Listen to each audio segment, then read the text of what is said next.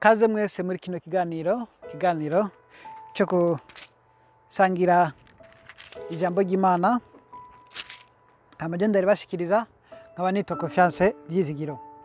Icambere nagomye ko tuyaga kuri no jambo rivuga ngo kuko iki arico data agomba. Nanyene ko turangiza kuri iryo jambo ariko mbeko rishika kuri iryo jambo hariho bimwe nifuje ko dusangira kwanza. Dutanguriye kwanza muri Yohana igice 14 umurongo wa mbere. Nimuhagarike imitima yanyu mwizere Imana nanje munyizere. Uyavuga ati mwizere Imana nanje munyizere, uyu unye ni Yesu Kristo. Ku murongo wa 6 Yesu aramubwira ati ni jewe nzira n'ukuri n'ubugingo. Haba ku ijambo yuko ari ubugingo, hakavuga ijambo yuko ari ukuri, handi akavuga ko ari we nzira. Kugira ngo turabe itanguriro ryabyo. Abe Filipi igice cya 2 umurongo wa 6. Uwo naho yarasanganywe ishusho y'Imana ntiyumviriye yuko kuringanira n'Imana ari ikintu cyo kumirako. Yesu yari umwana w'Imana, Yesu yari mu ijuru, Yesu yarafise ishusho y'Imana. Uwo rero yaciye bugufi yemera kuza mu isi kubwo kuducungura. Uwo Yesu yavutse kwanza mu mubiri, hagera igihe aho agenda kubatirizwa. Muri Matayo igice cya 3 ku murongo wa 16 Yesu amaze kubatizwa acava mu mazi, maze ijuru riruguruka, abona mpwemu w'Imana amanuka asa n'inuma amugwako. Buno rero ijwi riva mu ijuru riti uyu niwe mwana wanje nkunda akampimbara. Urumva ko amaze gukura ko yagiye kubatizwa kandi abatizwa na Yohana, ndetse Yohana avuga ati ntibikwiriye ko genda kubatiza kuko wowe unduta, ariko avuga ati oya reka dushitse ubugombe bw'Imana. Deshimana cyubahiro aravuga ati rero mbatiza amuhatije hanyuma agera kuronka umwuka wera, mpwemu yera. Rero impamvu ibyo byakoretse ucubiraba kandi muri Yohana, turavye muri Yohana igice cya 3 ku murongo wa 5 ani Yesu abwira Nikodemo. Yesu aramwishura ati nukuri ndakubwire, iyo umuntu atabyawe n'amazi na mpwemu ntashobora kwinjira mu bwami bw'Imana. Ngo ikivyawe n'umubiri naco n'umubiri, ikivyawe na mpwemu naco ni mpwemu. Igihe avuka abyagwa na Mariya yari umuntu nkatwe. Niyo mpamvu ijambo rivuga mu Filipi 2 ngo uwo naho yarasanganye ishusho y'Imana ntiyiyumvire yuko kuringana n'Imana ari ikintu cyo kumirako, ariko yisiga ubusa. Ijambo ubusa bisigura icambere kuba utari ku bwiza bw'Imana, kuba utari ku cyubahiro cy'Imana, kuba uri umunyabyaha. Abyumva niko kuba ubusa kindi naco birasigura urupfu. Urabyumva iyo urubusa urumva urubusa, urabyumva nawe. Acika ubusa, yabira ishusho y'umugurano, acika usa n'abantu. Ngo kandi abonetse afise ishusho nk'iy'umuntu yicisha bugufi, araganduka no gushitsa ku rupfu, kandi urupfu rwo kumusaraba ngo nico cyatumye Imana imushira hejuru cyane ikamuha rya zina rengeye ayandi mazina yose. Urumva ko yaciye bugufi, yavutse ari umuntu nkatwe, ubwiza bw'Imana butari kuri we, aca bugufi yemera kubatizwa n'umuntu ari we Yohana, hanyuma amaze kubatizwa abona kuronka umwuka wera. Aho niho rero Imana ivuga ati ngo ikivyawe n'umubiri n'umubiri, ikivya n'impwemu ni mpwemu. Urumva rero iyo utarabyagwa n'impwemu ntushobora kuba impwemu, ubu uri umubiri nyene.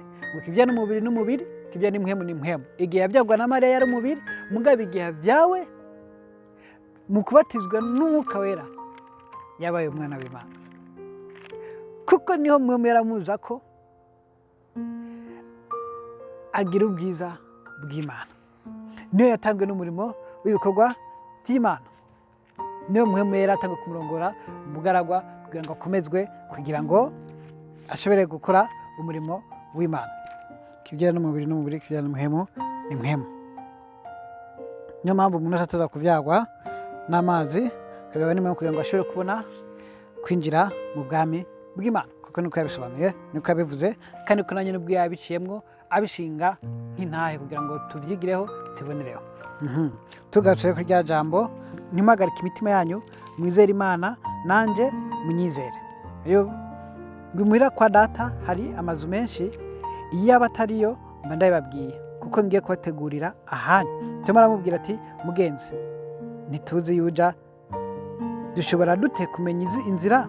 Yesu aramubwira ati ni jyewe nzira n'ukuri n'ubugingo, ntawe ushika kuri data ntagize iki ntamujyanye. Akagaruka ko kugira ngo mushobore kugasobanukirwa. Urumva ko niwe nzira kandi niwe ajyana abajya kwa data. Rero ku byerekeye kubyagwa n'impwemu, urabibona muri Yohana igice cya 1:12, ngo ariko abamwakiriye bose, yaba baca bo gucika abana b'Imana, ngo nibo bagize iki bizeye izina ryiwe, ngo nibo batabyawe n'umubiri cyangwa kubyagwa no kwifuza k'umugabo, ngo ariko babyawe n'Imana. Urabyumva? Kuko iyo byawe mu mpwemu, ubu byagwa n'Imana, iyo byawe n'umuhemu yera. Ngo kuko abaganzwa na kameremere k'umubiri bitwararika iby'umubiri. Aha turi mu Baroma igice 8 ku murongo wa 5. Ngo kandi abaganzwa n'impwemu bitwararika iby'impwemu. Kwitwararika iby'umubiri kuzana urupfu, ariko kwitwararika iby'impwemu kuzana ubugingo n'amahoro. Kuko kwitwararika iby'umubiri gutera kwanka Imana, kuko kutumvira ibyagezwe n'Imana, kandi kudashobora kubyumvira. Kandi abaganzwa na kameremere k'umubiri ntibashobora guhimbara Imana. Hari akandi kajambo nasomye Bikorinto ba 2 igice 5 ku murongo wa 15 nyene, ngo kandi icyatumye apfira bose kwari kugira ngo abariho babeho batakinezereza, ariko babeho banezereza uwabapfiriye akabazukira. Ijambo rivuze gute? Uwitwarika iby'umubiri, urumva winezereza anezereza umubiri wiwe.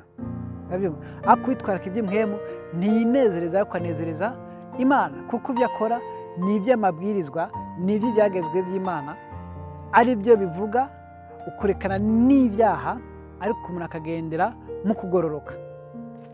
Ijambo rivuga kuri Yohana 15 nyene ku murongo wa 5, ngo ni jyewe muzabibu, ngo namwe muri amashami. Uguma muri jyewe nanjye nkaguma muri we, uwo ni we yama cyane, kuko atacyo mubasha gukora mutagize iki mutamfise. Iyo umuntu adafise Imana, ibyo akora byose ni ibyo kwinezereza, ni ibyo kurondera umubiri, kuko ntushaka kumenya iby'Imana, kuko iby'Imana bimenyeshwa na mpwemu yera, kandi ukabirongorwamo na mpwemu yera. Avuga ko ari igiti, ubwiranije igiti gifise amashami. Iyo uri ishami ry'igiti uronka amazi, kuko urumva ko igiti nyene cyo ari data, igiti nawe akaba ari Kristo. Muri ico giti habamwo imbizi z'amazi, wari we mpwemu yera, kuko niwe mpwemu w'Imana, niwe mpwemu yakora muri Yesu. Kuba kuri ico giti uronka imbizi z'amazi. Niyo mpamvu yongera akavuga ati ngo nimwangumako, ngo ntimuzosonza kandi muzogira inyota, kuko ishami rigaburirwa n'igiti. Donc uronka imbizi z'amazi ziva ku Mana. Urabyumva?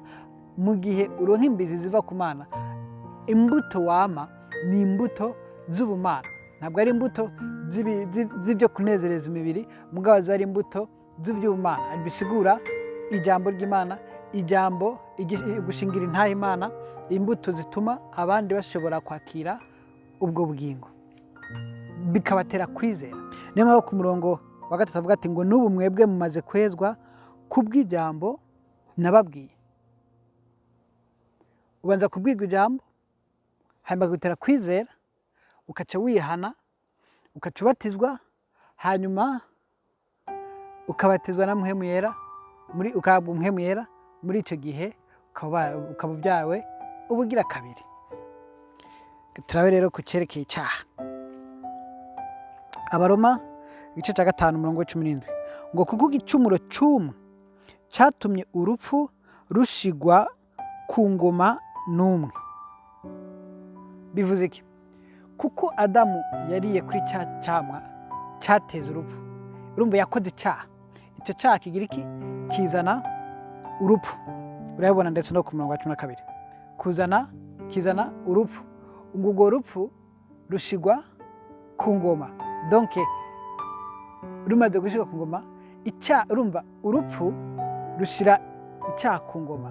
Icyaha cyace kiba igifise ubushobozi ku bantu bose, kiba ikiganza abantu bose. Niyo mpamvu mu Baroma hongera akavuga ati ngo bose bakoze ibyaha. Bisigura nta mugororotsi n'umwe arimo, kuko bose bakoze ibyaha. Nta muntu n'umwe arukira mu bisi. Urabyumva? Kuko isi yose, abantu bose batewe n'icyo cyago, kuko icyaha cyabaye ikiganza abantu bose baba bakoze ibyaha. Icyaha nacyo kiba cyazanye urupfu, urumva bose ko ari abapfa. Niyo mpamvu umuntu yitwa ko ari ubusa. Niyo mpamvu ijambo ryongera rikavuga ati ngo yacitse ubusa asa natwe acika ubusa.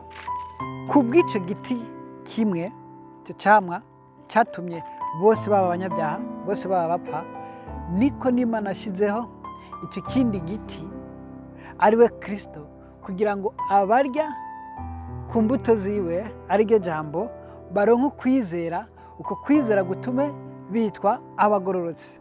Urumva kubwo kwizera twitwa abagororotsi, ubu ukironka ubugingo. Niyo mpamvu ijambo rivuga ati ngo abamwakiriye bose yaba babasha gucika abana b'Imana, ngo nibo bizeye ki? Izina ryiwe. Donc wizera Yesu aronka ubugingo. Cyo tugaruka kuri rya jambo rero, Yohana igice cya 6 umurongo wa 40. Kuko iki ari cyo data agomba yuko ubona umwana wese akamwizera agira ubugingo budashira, ngo nanjye nkazomuzura ku munsi w'iherezo. Urabyumva? Kuri Yohana 14 ngo ntimuhagarike imitima yanyu, mwizere Imana, ngo nanjye munyizere. Urabyumva? Ngo kuko imura kwa data ari amazu menshi, kuko ngiye kwategura hanyu, kandi ko ngiye kwategura hanyu nzogaruka kugira iki? Kubajyana. Urumva Yesu ngo niwe yahawe byose. Ibyo bisanga no muri Yohana igice cya 3 ku murongo 36, uwizeye umwana arafise ubugingo budashira, ariko utumvira umwana ntazobona ubugingo, ariko uburake bw'Imana buguma kuri we. Yesu niwe azozura abantu, Yesu niwe azotuma twese dushika muri ubwo bwami bw'ijuru. Nako ndavuga rero, Yesu ni umwana w'Imana, yatanzwe kubika imaze kuri twe, kugira ngo umwizera wese abashe kuronka ubugingo. Utamwizera ntabwo azahabwa ubugingo.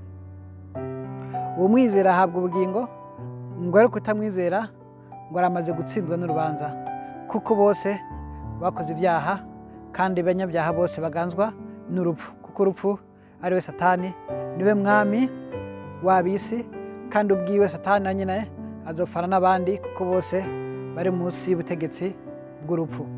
Nk'uko ijambo ryabivuze mu Bikorino wa 2 igice cya 5:15 ngo ntiyabapfiriye kugira ngo binezereze, ngo ariko yabapfiriye kugira ngo banezereze wabapfiriye. Nuko rero tuzakora kugira ngo tunezereze Imana. Imana nayo ikabana natwe, ikatubwira ibyo yifuza, ikatubwira tugiye kwikorera, ikatubwira ikaduha urutonde, intonde zose muri uko gukora tukayinezereza kandi tugahimbara. Nuko rero Yesu abahezagire.